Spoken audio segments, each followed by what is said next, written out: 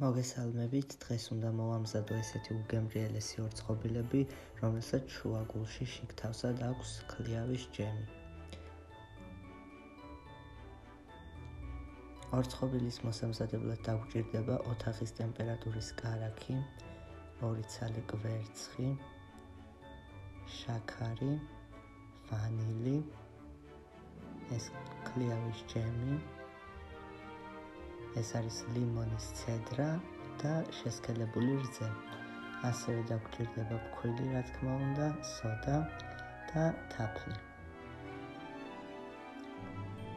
პირველ რიგში ჭურჭელში მოვათავსებ კარაქს, შემდეგ დავუმატებ კვერცხს, შემდეგ დავუმატებ შაქარს. ეს 1 ცალი ცილა გამოვაცალე კვერცხს. ანუ 1 მთლიანი ვუქენი 1 ცილის გარეშე. კარგად გავთქვიფე ეს ყველაფერი მიქსერით. პირველ რიგში კარაქი გავთქვიფე, რა თქმა უნდა, და შემდეგ დავუმატე სხვა ყველაფერი. აქ თბილ წყალში გავხსენი შესქელებული რძე, თქვენ შეგიძლიათ ჩვეულებრივი რძე გამოიყენოთ და დავუმატე ამ გათქვაფილ მასას. შემდეგ ისევ კარგად გავთქვიფე. ასევე დავუმატე ლიმონის ცედრა, 1 კოვზი თაფლი,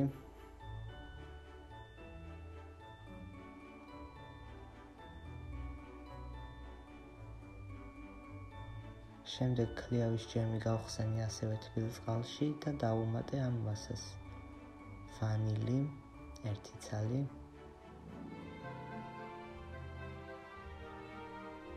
ეს არის ლიმონის წვენი, რომელშიც ჩავყარე სოდა, ესე კარგად ამოფუვდა და დავუმატე შემდეგ მასას. ასევე დავუმატე შაქარი, რადგან სიტყვა ქონოდა კარგად და კაკაო. შემდეგ ნელ-ნელა ვუმატებ ფქვილს და კარგად ვზილავ.